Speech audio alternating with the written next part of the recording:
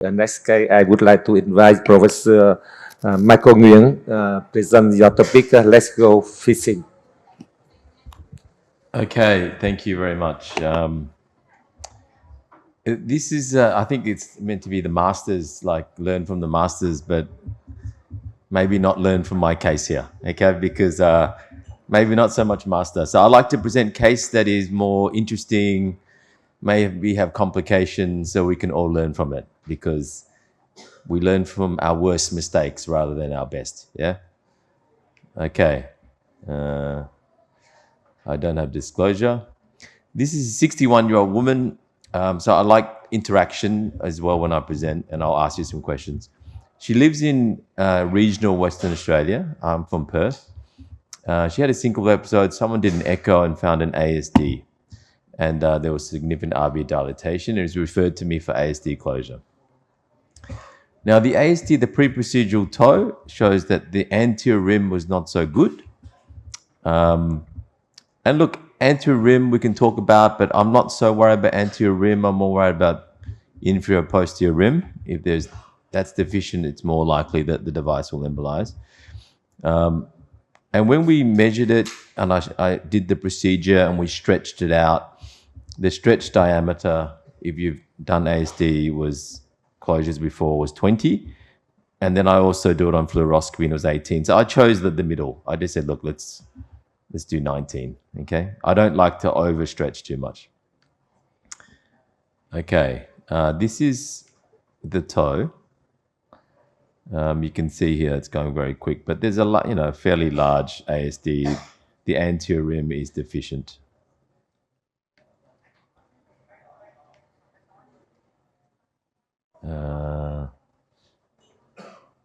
So I deployed the device. This is me. I like to tug and push and pull very hard before I release the device. Okay. I think it's a little bit slow, but the next one will show.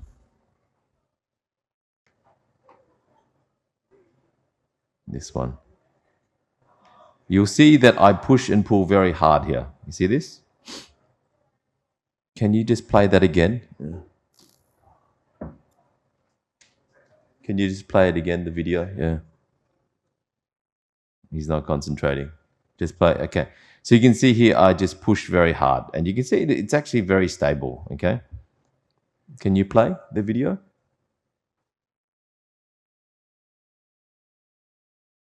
You can, yeah, just play. Yeah. But just trust me, it was very stable. Okay.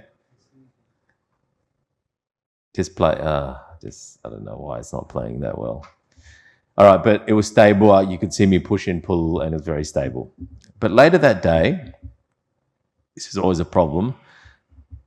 At 5:30 p.m., I did this procedure maybe at 2 p.m., and the echo tech called me.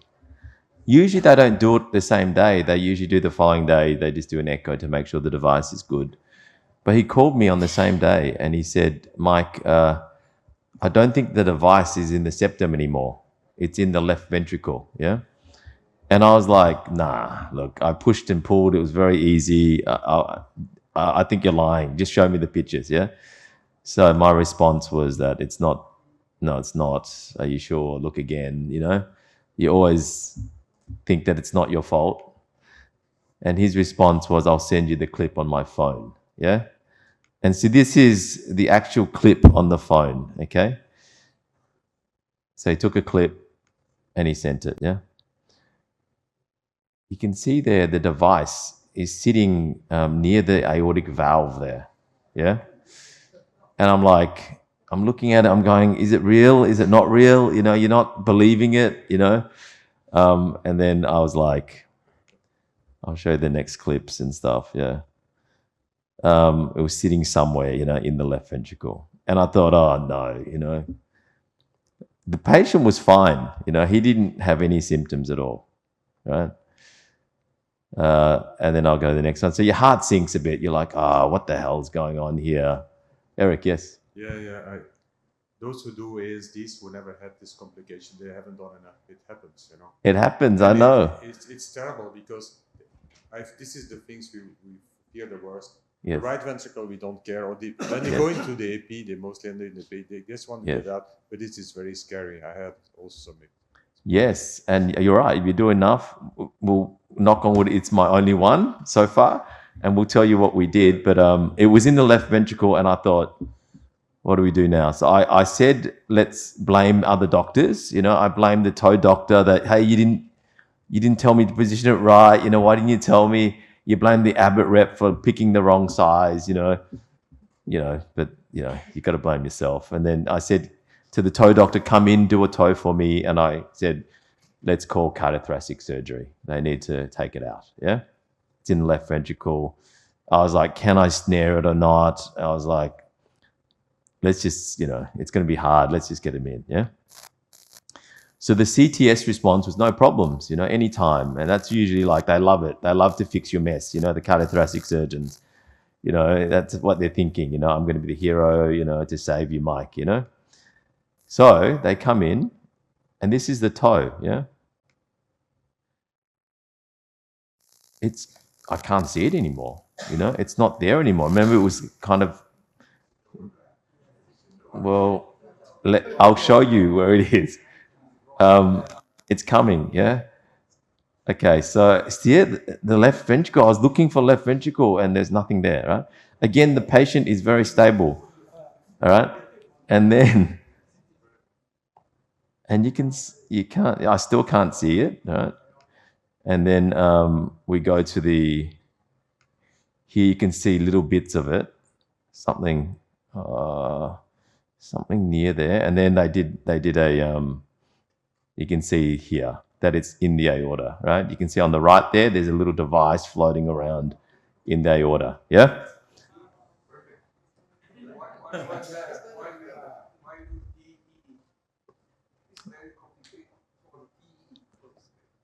Yeah, I just wanted to have a better look at where the device is, get someone else to come and help me. And so now it's in the aorta, and I'm like, oh, should I have surgery now? Or should, maybe I can get this out. I can snare it because it's in a position now I can actually get to, And so I canceled the cardiothoracic. I said, look, I probably don't need you anymore. I'm going to try to snare it and pull it down, somewhere. If I can't get it, maybe it's going to be in the leg or someone's going to operate there. Okay. So you can see here, again, this is where it is. It's in the aorta.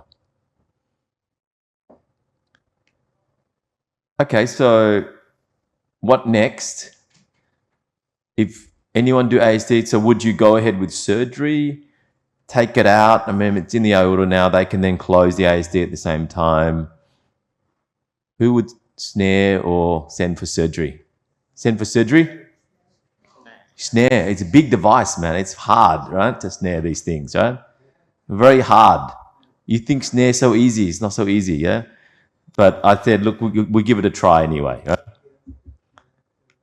And so I look at the snares, and you have two types of snares that I thought I would use. I'll maybe get Eric's opinion, but like N snare or gooseneck, yeah? And like, you use these in the coronary system, and I've never had to use it in big devices, but I thought, oh, look, you go to YouTube, you look at things, what are people doing, and then you go, okay, let's use the N snare first. I don't know what I was trying to think of, but I was trying to think maybe it'll wrap around and then you can pull it in. But the key thing is you get a big sheath in so that you can pull the device inside the sheath. So I'll show you some pictures now of what is just floating there. Look, it's like just floating, yeah. A different part of it. One thing you can do up front now is use a pigtail to reorient. Yes, you can flip it around. Yeah. So that's what I mostly do. Yeah. Yeah. So the key thing here is you're trying to get that little nubbin sometimes, or the end snare, you're trying to get some part of the device. But there is a nubbin at the end that has, remember, that has a little slit that you can try to grab onto, yeah? It's like fishing. It's like trying to fish this little thing out, yeah? And so Look, it's near the arch there, and then see, I'm trying to grab that nubbin, right? See that nubbin at the end there? I'm trying to like somehow twist it, and not easy, yeah? Trying to fish that little nubbin out. So I tried with the end snare for 1 hour, yeah? 1 hour standing there trying to fish this out, yeah? And then I thought, let's switch to gooseneck. Maybe the gooseneck I can, get that little nubbin with the gooseneck. Now, when you're tired and you've been doing this for a while and you just, if you get it, you feel so relieved. Well, I got it. But by the time I got it, I forgot to save the image, so I can present. So all we did was, I'll show you what we saved. We pulled it. You can see right at the end that the gooseneck has taken the little nubbin, and I'll show you. See the gooseneck there? It's taken that little nubbin, and I've been able to pull it inside the sheath. And now I just pull back, yeah. And you can see there the little nubbin, yeah. My gooseneck has been able to catch onto the nubbin, and then I pull it in, just like sheathing it into the delivery sheath of the ASD device, yeah. But 1 hour later, very long time, and you're nervous and you're stressed because this patient, is going to hate you forever. And then we did a shot of the leg just to make sure that the leg was okay, and we closed it. So this is what, the nubbin is the key, and the gooseneck, you try to just put it near there, and then you pull in, and it catches that little nubbin at the top there, and hopefully you can pull everything in. But the key thing with these devices is try to get that nubbin, okay? Okay, so should we do it again? Look, I referred for open guide. I was scared to put another device in, and then this happened again, because I felt that it was sitting well, and then it floated away. So we referred for surgery. So 6 weeks later. The good thing is, for some reason, the patient really loved me, even though I did this complication, right? She sent me chocolates and said, "You're such a wonderful doctor, and I'm so blessed to have you treating." When she didn't really know there was, the complication that was the problem, yeah. But this happens, and when you do a good job, then patients hate you as well. So sometimes you have to take the good with the bad. So I just remind her about how she got there in the first place, But in the end, she did love me. So learnings. Oversizing, I think I oversized a little bit. There's a risk of erosion. If you don't oversize enough, you're worried about embolization. I tend not to oversize. I tend to go maybe 1 or 2 millimeters above the stretch diameter. You always blame everyone else but yourself, like the toe doctor and the Abbott rep, and have that friendly cardiothoracic surgery. The key thing is, I was about to give up here. I was like, it's been an hour. The cath lab are tired. This was like 7 p.m. at night or 8 p.m. at night. But sometimes you just get lucky, and you finally get it. So just keep on persevering, and sometimes you'll get lucky at the end. Have good communication with your patients, and then they'll love you. They think you're the best, yeah? And you use terms like, I thread the needle, and, I'm so, it was very hard, like a haystack, needle in a haystack. And then the patient thinks you're so skillful when they really think that really the only thing you did was probably get very lucky in getting it out. So thank you very much. Yeah. Thank you, Michael. So wonderful case. I have one very short question. So why didn't you use the fluoroscopy for easy to detect it as a hamburger inside or go away before you decide call for TE? Yeah, well, it was in the left ventricle. I thought it was going to stay there, and I don't think I would have been able to get it out properly if it's in the left ventricle. They have to go through the aortic valve to try to snare it.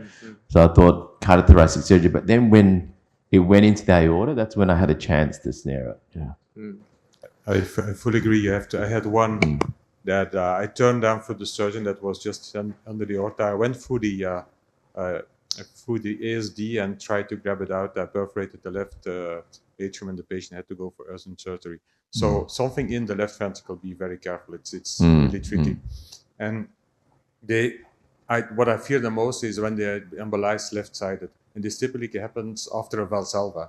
That's Yes. why I give laxatives to most of the big ASDs, because it's typically, because of course the left disc is bigger than the right, and it's typically something that can happen, you know. Yeah. There was no anterior rim and nothing there. Yeah, there was no anterior rim, but I find that you can splay it a little bit. Yeah. It's the posterior rim where you push it and it comes through. But this patient, I always, when they wake up from anesthetic, if they're coughing, I always worry that something happened. And that's what's happened a couple of times. One with an LAO where he started coughing and it embolized as well. So I always worry when they cough a lot after waking up from anesthetic.